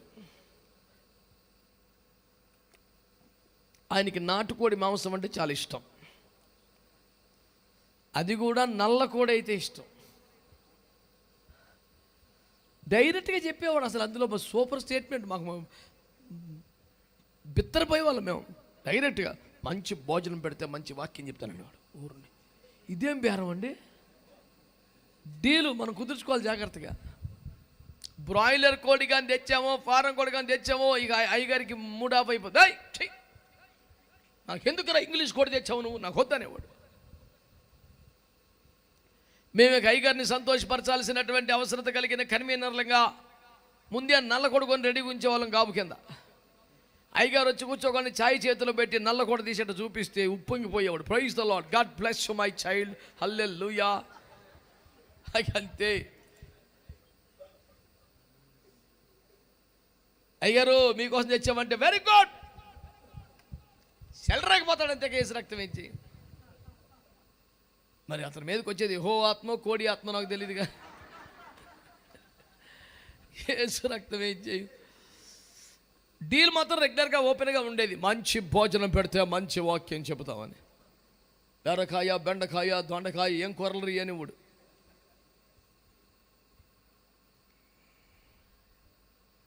శ్రద్ధగా నా మాటలు వినండి బిడ్డలారా. దేవుని కటాక్షం మన మీదకి రావాలంటే ఏం చేయాలి? నల్ల కోడా, నల్ల మేక ఏం చేస్తే వచ్చింది నాన్న? ₹1,00,00,000 మాట చెప్తాను. మలాకీ గ్రంథం దీన్ని 1వ అధ్యాయం ఉందా మీ బైబిల్లో? ఎస్పీ గారే మాట్లాడుతున్నా. మలాకీ గ్రంథం 1వ అధ్యాయం 9వ వచనం. దేవుడు మనకు కటాక్షము చూపునట్లు ఆయనను శాంతిపరచుడి. ఆగండి. ఈయన్ని శాంతిపరచాలని నల్లకోట చూపించేవాళ్ళం.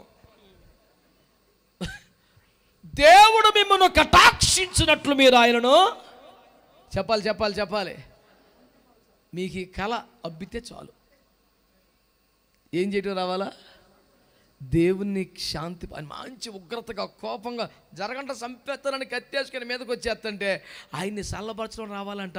అది సేవంటే అసలు స్తోత్రం చెప్పండి గట్టిగా.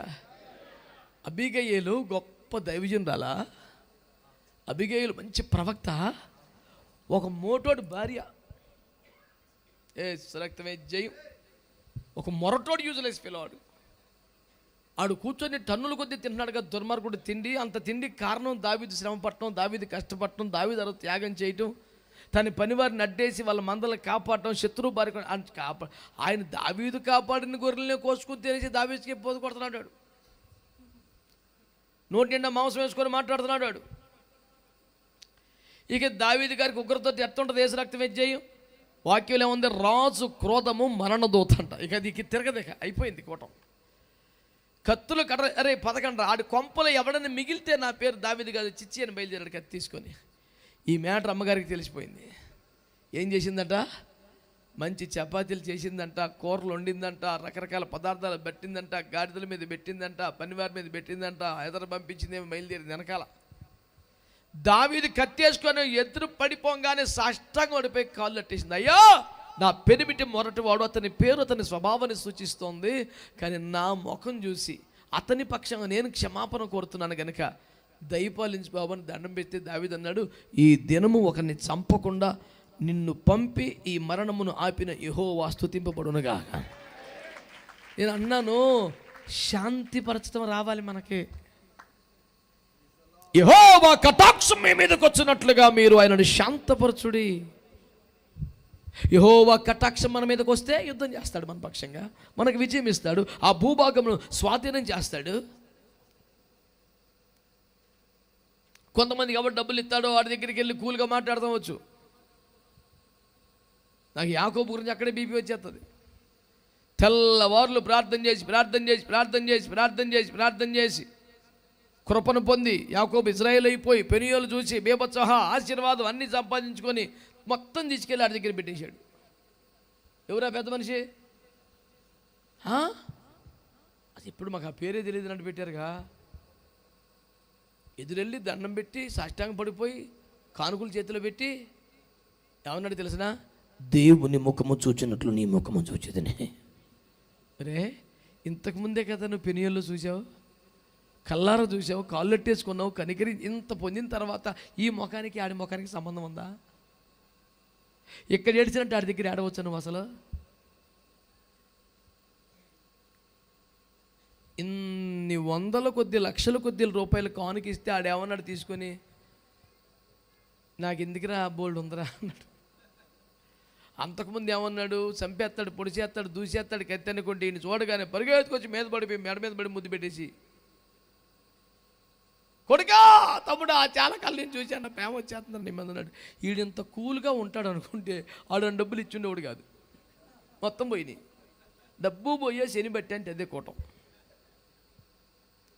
ఎందుకంటే ఇంత ప్రార్థనలో ఎదుగుతున్నారు కానీ వీళ్ళు ఇంకా మనుషులను సంతోషపరచడంలో బయటపడలా, మనుషులకు భయపడటం మానలా. ఈ దరిద్రం పోలా. నేను చెప్పేది అదే. మనం ఎవరిని శాంతిపరచాలి? ఏసావునా చెప్పరే? దేవుణ్ణి శాంతపరచవలసిన వారమైన దేవునికి స్తోత్రం చెప్పండి. దేవునికి ఎట్లా శాంతిపరచాలి దేవుని బిడ్డలారా? సంఖ్యాకాండము 16వ అధ్యాయం. ఎట్లా శాంతిపరచాలి దేవుణ్ణి? సంఖ్య 16:46 చదవండి. మరునాడు ఇశ్రాయేలుల సర్వ సమాజము మోషే అహరోనులకు విరోధముగా సణుగుచు, మీరు యెహోవా ప్రజలను చంపితిరని చెప్పి సమాజము మోషే అహరోనులకు విరోధముగా కూడెను. ఇంకా వారు ప్రత్యక్షపు గుడారము వైపు తిరిగి చూడగా ఆ మేఘము దాని కమ్మెను, యెహోవా మహిమయు కనబడెను.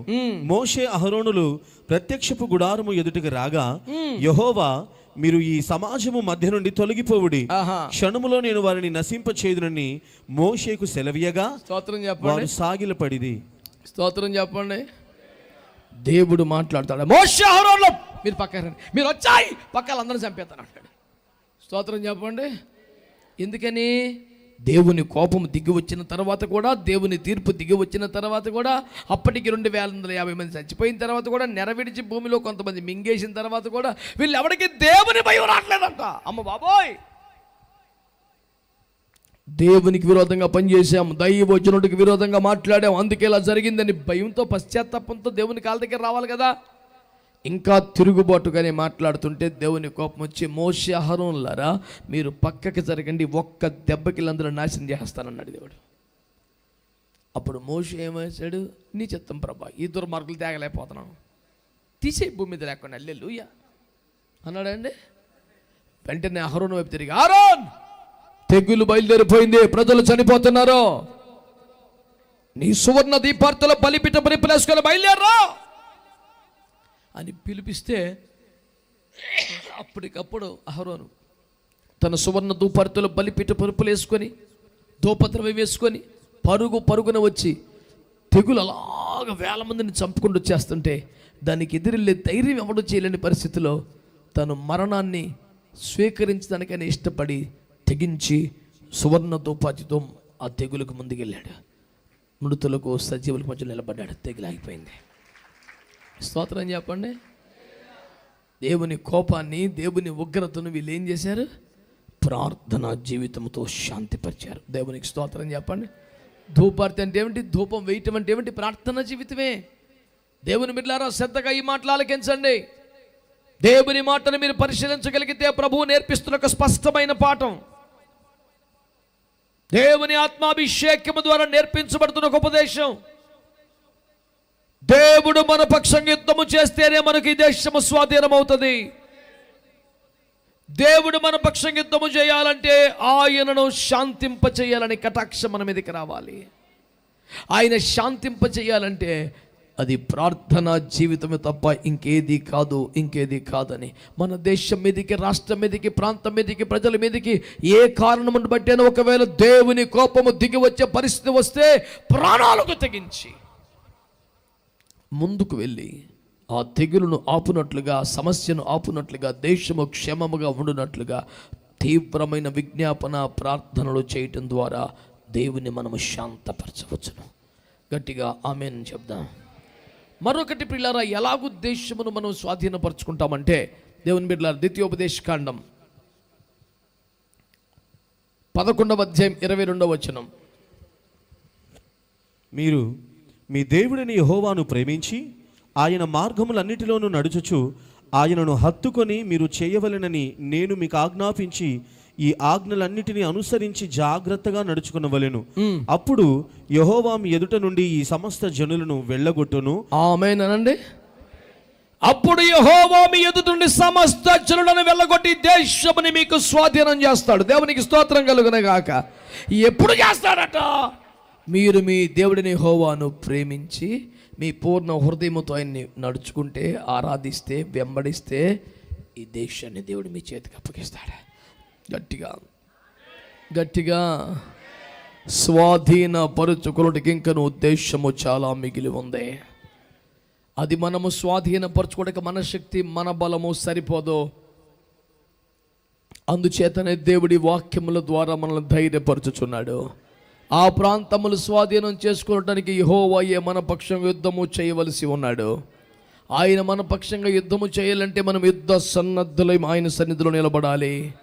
ఆయన మన పక్షంగా యుద్ధం చేయాలంటే మన ఆత్మీయ తల్లుల తండ్రుల ప్రార్థనలను బట్టి కానీ, మన శక్తిని బట్టి, భక్తిని బట్టి మాత్రమే కాదు. ఆయన మనల్ని జయించే రేపొద్దున భూమిని స్వాధీనం చేసుకున్నామంటే మన స్వనీతిని బట్టి, మన హృదయ భక్తిని బట్టి కాదు, ఖచ్చితంగా దేవుని కటాక్షం మన మీద ఉన్నప్పుడే. దేవుని కటాక్షం మన మీద ఉండాలి అంటే దేవుణ్ణి శాంతపరచాలి. దేవుణ్ణి శాంతపరచడం అంటే తీవ్రమైన విజ్ఞాపన ప్రార్థనలే, కన్నీటి ప్రార్థనలే అని మీకు జ్ఞాపకం చేస్తున్నాం. అలాగే దేవుని ప్రేమించి ఆయన ఆజ్ఞలలో నడుచుకుంటూ, ఆయన వాక్యానుసారముగా జాగ్రత్తగా ఆయన మార్గంలో నడుచుకుంటే దేవుడు ఆ దేశముని మనకి స్వాస్థ్యంగా అనుగ్రహిస్తాడు. దేవునికి స్తోత్రం చెప్పండి గట్టిగా, హల్లెలూయా. సంఖ్యాకాండము 14:8 వాక్యం చదవండి. సంఖ్యాకాండము 14:8.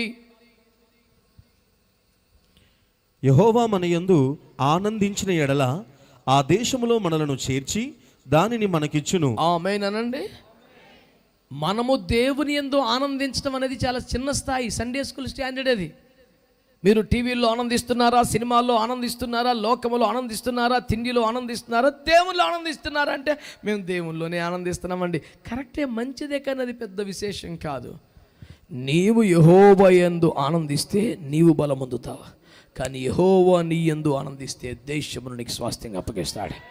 యెహోవా మన యందు ఆనందించిన ఎడల ఈ దేశములో చేర్చి దానిని మనకిచ్చును. గట్టిగా ఆమేన్ అని చెప్పండి ఒకసారి, హల్లెలూయా. మన ఎదుట స్వాధీనపరచుటకు మిగిలి ఉన్న దేశమంతా మన చేతికి రావాలంటే మనము దేవునిలో ఆనందిస్తే సరిపోదు, దేవుడు మనలో ఆనందించాలి. ఎప్పుడైతే దేవుడు మనలో ఆనందిస్తాడో ఈ భూభాగాల్ని, ఈ ప్రాంతాల్ని దేవుడు మనకు అనుగ్రహిస్తాడు. దేవునికి స్తోత్రం చెప్పండి గట్టిగా, హల్లెలూయా, హల్లెలూయా. ఇంకొక కీలకమైన వ్యవహారం కూడా ఒకటి ఉంది. దేవుని బిడ్డలారా, శ్రద్ధగా మాటలు వినండి. దేవుడు కటాక్షిస్తేనే అవుతుందని, దేవుడు మన పక్ష యుద్ధం చేస్తేనే అవుతుందని, దేవుని శాంతి పరిస్తేనే అవుతుందని, దేవుణ్ణి ప్రేమించి జాగ్రత్తగా ఆజ్ఞలను గైకుంటేనని ఇన్ని చెప్పుకున్నాం కదా. దేవుడు మన యందు ఆనందిస్తేనే ఇస్తాడని మరొక కీలకమైన విషయం కూడా అందరూ గుర్తుపెట్టుకోవాల్సింది. యెహోషువ గ్రంథం 1వ అధ్యాయం 15వ వచనం. యెహోషువ 1వ అధ్యాయం 15. నది దాటి యెహోవా మీకు దయచేసినట్లు మీ సహోదరులకును విశ్రాంతి దయచేయి వరకు, అనగా మీ దేవుడని యెహోవా వారికిచ్చు దేశమును స్వాధీనపరుచుకొని వరకు మీరును సహాయము చేయవలెను. అప్పుడు తూర్పున యోర్దాను, యువతలన యెహోవా సేవకుడైన మోషే మీకిచ్చిన మీ స్వాస్థ్యమైన దేశమునకు మీరు తిరిగి వచ్చి దాన్ని స్వాధీనపరచుకొందురు. ఆమేన్ అనండి. అప్పుడు మీరు తిరిగి వచ్చి ఈ భూభాగమును స్వాధీనపరచుకొందరు. గట్టిగా ఆమేన్ అని చెప్పాలి ఒకసారి. ఈ రూబేనీయులు, గాదీయులు ఏమంటున్నారంటే, అసలు మాకు స్వాస్థ్యం వద్దు, మేము యోర్దాను దాటము, మాకు ఈ పోరాటం తలకై నొప్పొద్దు, యువతల యోర్దాను ఇద్దరిన ఈ స్వాస్థ్యం మాకు చాలు, ఇక్కడ మేము ఉండిపోతాం అన్నారు. సర్లే, మీకు ఇంట్రెస్ట్ లేదంటున్నారు కదా, మీకు అసలు వాగ్దాన దేశంలో పాలు పంపులు వద్దంటున్నారు కదా, పాలు తేనెలు ప్రవహించే దేశం అక్కర్లేదంటున్నారు కదా, అయితే మరి తగలబండి ఇక్కడ చావండి మీ కర్మ అనలా. మీకు వద్దా? మాకు వద్దు. అది మా వాట కూడా వాళ్ళకి పంచేయండి సార్, మాకేం వద్దు. నిజంగా మీకు వద్దా? వద్దు. అయినా సరే బయలుదేరమన్నాడు. అదేంటి అంటే, మీరు వద్దన్నారు కాబట్టి మీకు లేదు, కానీ మీ సహోదరులు 7 జాతుల వారితో రకరకాల యుద్ధాలు చేయాలి, కష్టపడాలి, పోరాడాలి, స్వాస్థ్యాలు తీసుకోవాలి. వాళ్ళు యుద్ధము చేయించుండగా మీరు ఇక్కడ కూర్చోవడం న్యాయం కాదు. మీరు బయలుదేరి సచ్చినట్టు ఇంట్రెస్ట్ లేకపోయినా స్వాస్థ్యం వద్దన్నా యోర్దాను దాటి అవతలకు వచ్చి మీ సహోదరులకు యుద్ధములో సహాయం చేసిండి. వాళ్ళు గెలిచి వాళ్ళ భూభాగాలని స్వాధీనపరచుకున్నాక అప్పుడు మళ్ళీ నది దాటి యువతలకు వచ్చి ఈ గడ్డి తీసుకోండి అన్నాడు. స్తోత్రం చెప్పండి ఒకసారి, చెప్పండి ఒకసారి. ఇప్పుడు వాళ్ళు కష్టపడి యోర్దాను దాటేది తప్పదు, వాళ్ళతో యుద్ధము తప్పదు, స్వాస్థ్యమేమి మళ్ళీ వెనకొచ్చి యువతలు గడ్డి కోసుకోవటమే. పాలు తేనెలు లేవు. పనికి మళ్ళీ నిర్ణయాలు చేస్తే, నడిపింపులో లేకపోతే, సొంత పెత్తనం చేస్తే అట్టేడు శుద్ధి బతుకు.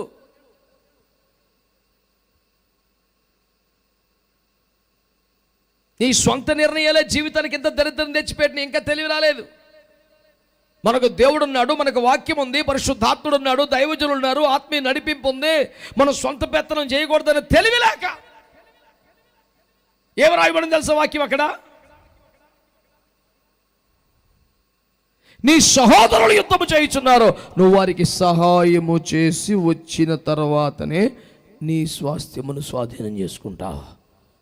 అంటే సహోదరులు పోరాడుతుంటే, సహోదరులు యుద్ధం చేస్తుంటే, కొంతమంది ప్రయాసపడుతుంటే నాకు సంబంధం లేనట్టుగా, నాది నాకు ఉందలేనట్టుగా, నాకు పర్వాలేదన్నట్టుగా, నాకు ఢోకా లేదన్నట్టుగా ఎవడైనా ఉంటే, అంటే మాకు మరి మేము ఎంప్లాయీస్ అండి, మాకు ఇంకా పోరాటం అంతా ఉండదు కదండి, పాపం వాళ్ళు ఏదో తిప్పలు పడతారు.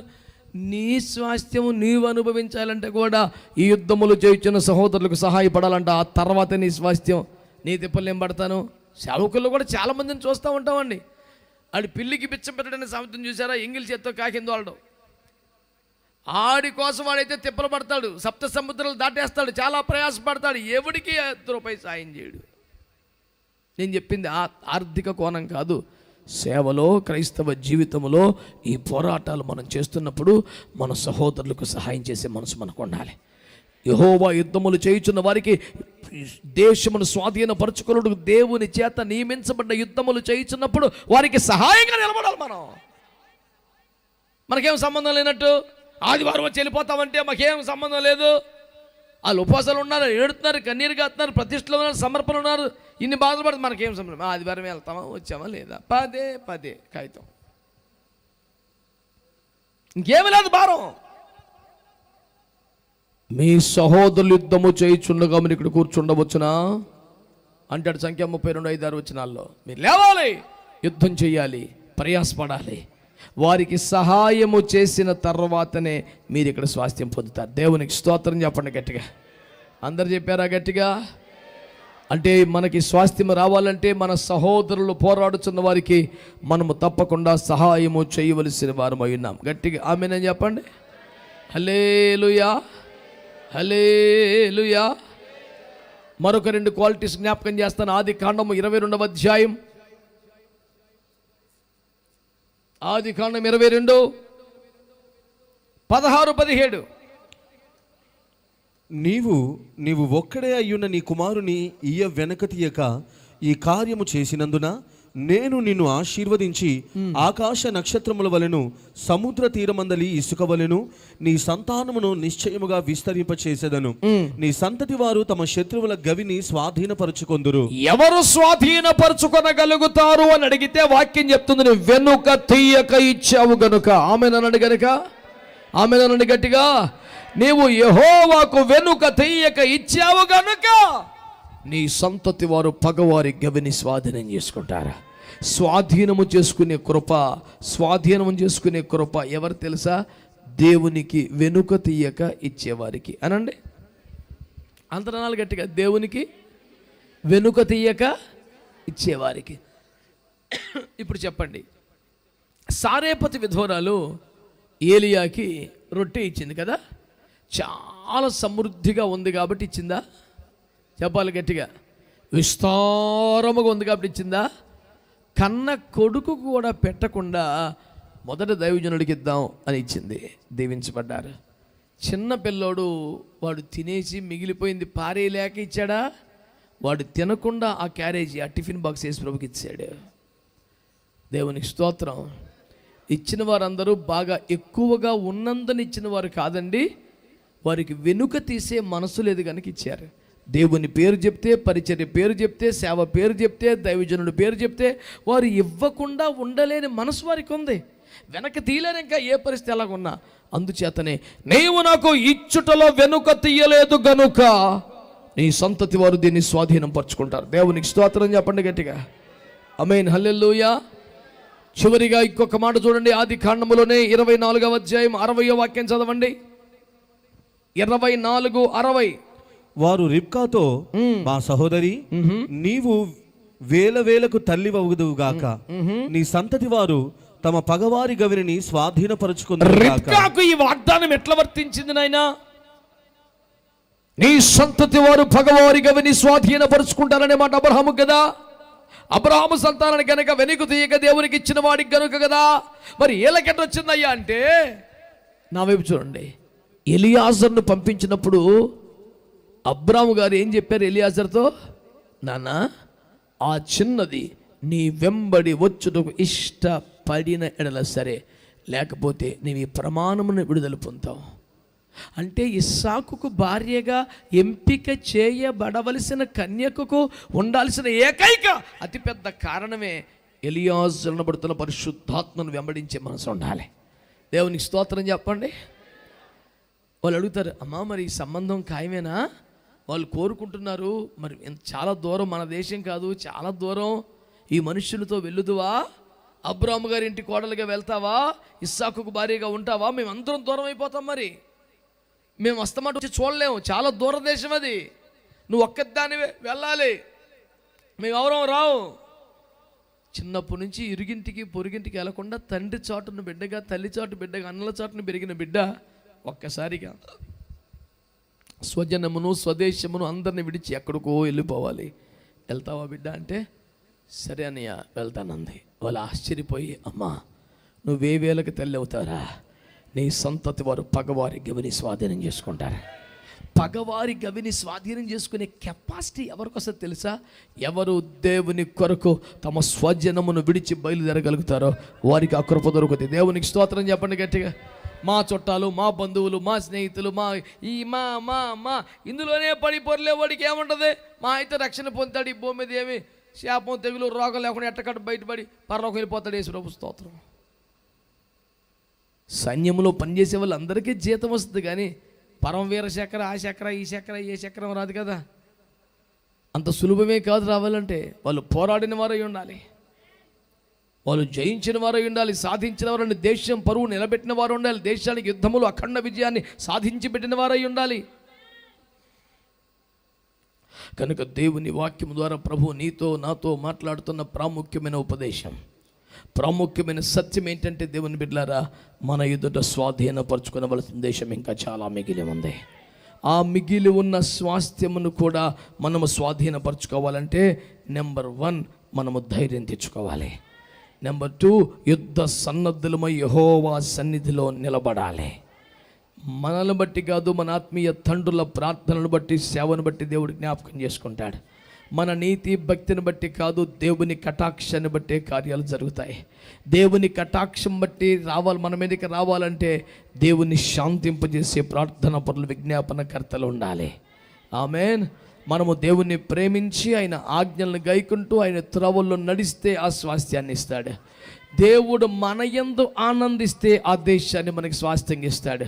మనము వెంబడించట్లో వెనుక తీయకుండా ఇస్తే, అలాగే వెనుక తీయక దేవునికి ఇచ్చేవారమైతే ఆ స్వాస్థ్యాన్ని ఇస్తాడు. దేవుని కొరకు మన స్వజనులను కూడా విడిచి ముందుకు రాగలిగితే ఆ స్వాస్థ్యాన్ని ఇస్తాడు. చివరిగా మన స్నేహితుల కొరకు, మన సహోదరుల కొరకు మన యుద్ధము చేయగలిగిన వారమైతే ఆ స్వాస్థ్యం దేవుడు మనకి ఇస్తాడు. దేవుని వాక్యం బహు సూటిగా, తేటగా ఈరోజు మాట్లాడింది.